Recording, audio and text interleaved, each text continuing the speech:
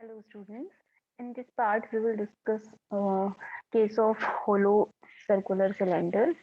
तो हमने moment of inertia solid cylinder के लिए कैलकुलेट किया था। अब हम किसके लिए कर रहे हैं? होलो सिलेंडर के लिए हम कुछ केसेस डिस्कस करेंगे। तो होलो सिलेंडर का मतलब क्या है आपका? जैसे ये डायग्राम आपको दिखाई दे रहा है, इसमें क्या होता है कि अंदर से जो हमारी एक्सिस है, सिलेंडर की एक्सिस, उसके अराउंड एक हिस्सा क्या होता है, इसमें होलो होता है। ठीक है, तो होलो सिलेंडर की एक आपकी इंटरनल रेडियस होती है और एक आपकी आउटर रेडियस होती है। तो जैसे आपने दो केसेस पढ़े थे, सर्कुलर डिस्क का केस और एनुलर डिस्क का केस, तो इस तरह का होलो सिलेंडर हम एनुलर डिस्क को इसकी लेंथ के परपेंडिकुलर ऐसे 1/1 प्लेस करके हम क्या बना सकते हैं? कोई होलो सिलेंडर बना सकते हैं।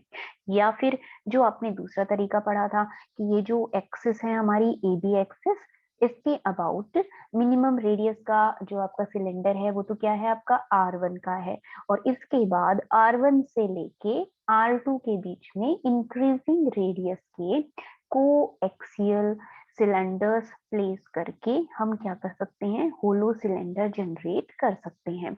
अब उसी में सिलेंडर्स में से, उन लार्ज नंबर ऑफ सिलेंडर्स में से हमने एक, ये जो आपका यहाँ पे शेडेड पोर्शन हमें दिखाई दे रहा है, ये कोई भी arbitrary elementary cylinder, hollow cylinder हमने कंसीडर कर लिया है, जिसकी की इनर रेडियस x है और outer radius x plus dx है। या आप सिंपली ये कह सकते हो कि dx थिकनेस का एक एलिमेंट्री होलो सिलेंडर हमने कंसीडर किया है, जो कि सिलेंडर की एक्सिस से x डिस्टेंस के ऊपर सिचुएटेड है।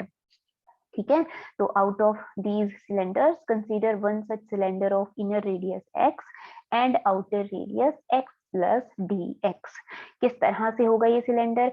जो भी पार्टिकल्स हैं जिससे आपका ये सिलेंडर बना हुआ है, all particles of this cylinder, this elementary cylinder are at the same distance x from the axis of rotation. Axis of rotation से सभी पार्टिकल्स हर डायरेक्शन में x डिस्टेंस के ऊपर ही सिचुएटेड होंगे। ठीक है, अब अगेन ये जो आपने होलो सिलेंडर्स बताए कि भी इंक्रीजिंग रेडियस के कोएक्सियल होलो सिलेंडर्स हमने प्लेस करने हैं, तो ये आपका क्या होंगे? वॉल्यूम का पार्ट होगा।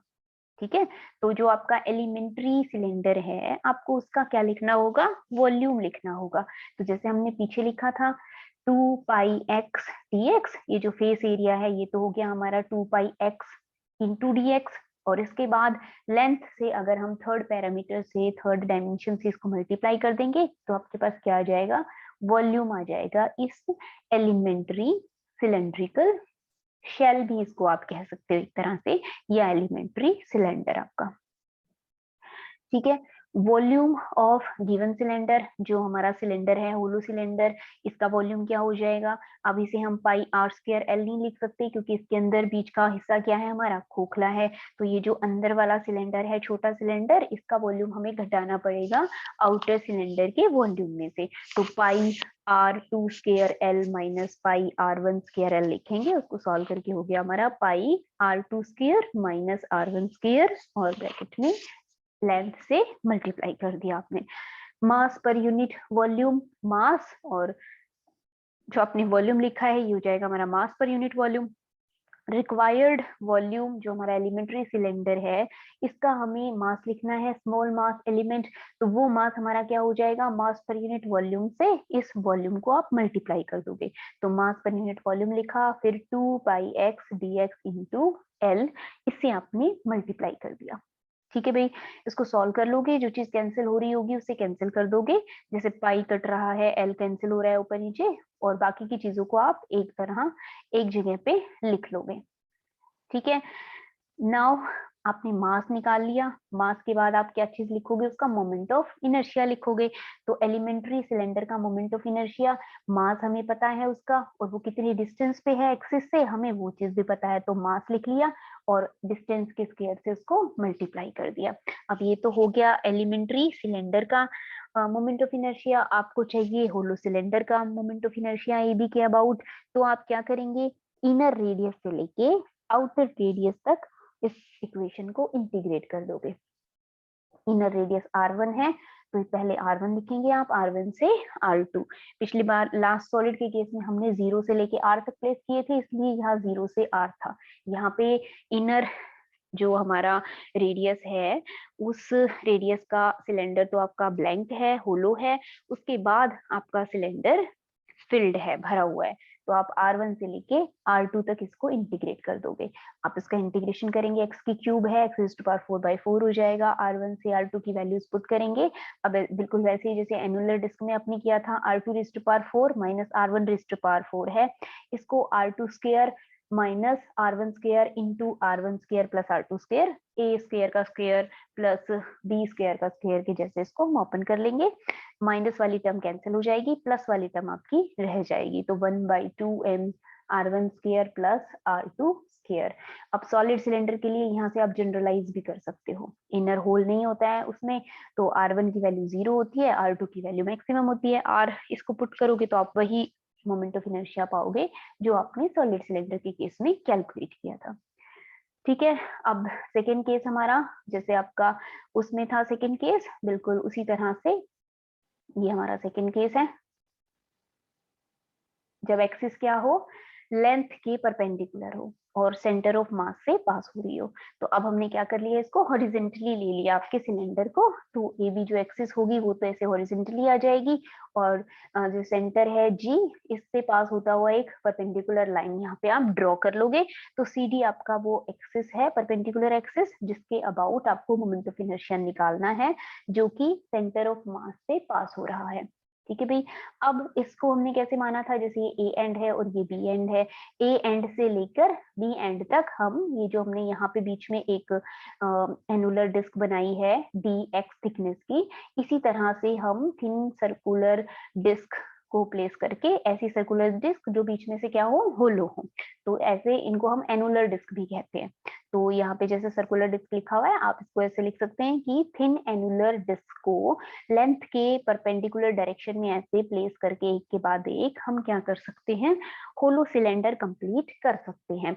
और उन्हीं में से हमने कोई एक एलिमेंट्री एनुलर डिस्क जिसकी की थिकनेस dx है उसको कंसीडर कर लिया, और आपकी जो एक्सिस है सेंटर ऑफ मास से पास होने वाली, उससे x डिस्टेंस के ऊपर वो सिचुएटेड है। ठीक है भाई, सबसे पहले आप क्या करेंगे, इसका वॉल्यूम लिखेंगे। अब ये जो भी डिस्क है ये क्या है, इसकी वॉल्यूम का ही हिस्सा है, तो आप इस डिस्क का सबसे पहले वॉल्यूम लिखोगे। तो यहाँ पे भी डिस्क का जो एरिया होगा, उस एरिया में से अंदर वाला एरिया आपको घटाना पड़ेगा और फिर इसकी थिकनेस से मल्टीप्लाई करना है। तो आप यहाँ पे पाई R2 square minus pi R1 square लिखते, तो उसको लिख दिया पाई R2 square minus R1 square, और थिकनेस से उसको मल्टीप्लाई कर दिया। ये एरिया है सर्कुलर डिस्क का, सर्कुलर एनुलर डिस्क का, और ये उसकी थिकनेस है dx, उसकी थिकनेस ली है, तो ये आपका वॉल्यूम निकल के आ गया। इस पूरे के पूरे होलो सिलेंडर का वॉल्यूम जो आपने अभी लिखा था, पाई, यहाँ पे ये ब्रैकेट बंद हो जाएगी आपकी, पाई R2 square minus R1 square bracket close into में लेंथ, मास पर यूनिट वॉल्यूम लिख लिया हमने। और हमें चाहिए इस डिस्क का मास, स्मॉल मास एलिमेंट का, तो उसका आप क्या कर दोगे, इस वॉल्यूम को मास पर यूनिट वॉल्यूम से मल्टीप्लाई कर दोगे, बच जाएगा हमारे पास m/l इंटू dx बच जाएगा हमारे पास।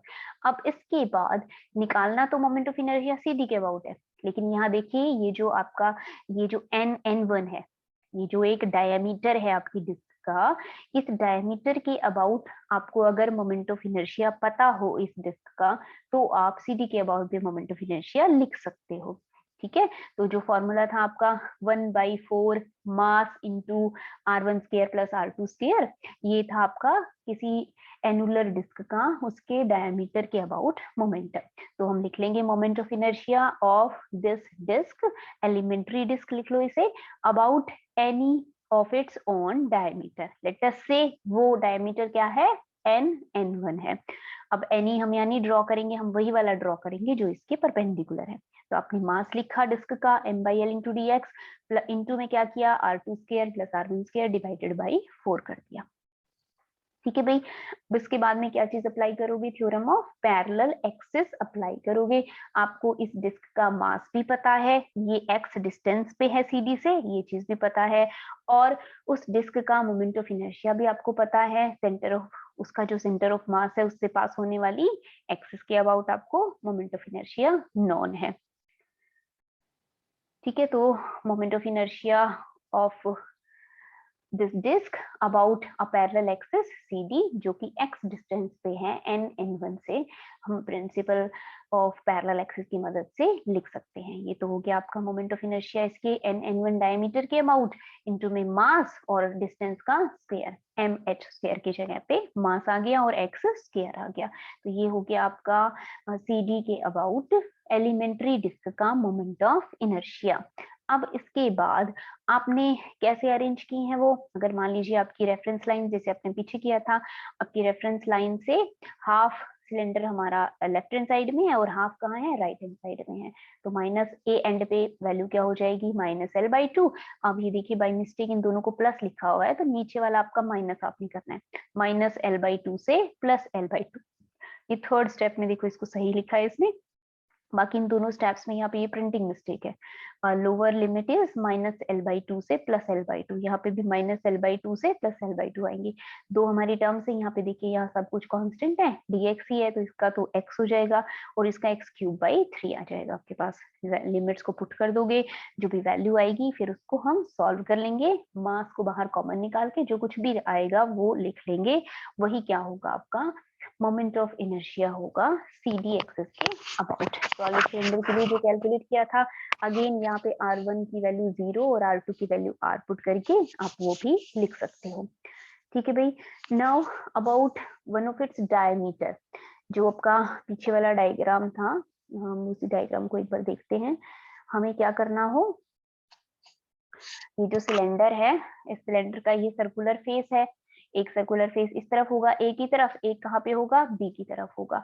अब आपने CD के अबाउट तो मोमेंट ऑफ इनर्शिया निकाल लिया, अब आपको निकालना है कि इसका जो क्रॉस सेक्शन है, उस क्रॉस सेक्शन का जो डायमीटर है, उस डायमीटर के अबाउट आपको मोमेंट ऑफ इनर्शिया कैलकुलेट करना है।